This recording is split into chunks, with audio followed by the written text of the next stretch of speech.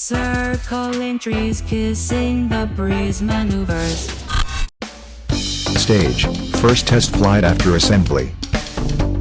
Settings, default values for PIDs and rates. Batteries, 4S, 650 mAh and 850 mAh. Flight time, 5 to 6 minutes with camera. Camera, SMO 4K. The small 2-inch drone zipped through the air with impressive agility, easily maneuvering around obstacles. Despite its compact size, it displayed stable flight characteristics. Equipped with a lightweight camera, it captured smooth and clear aerial footage.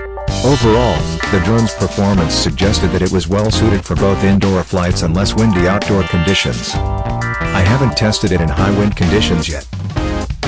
I'm looking forward to testing it in high wind conditions soon.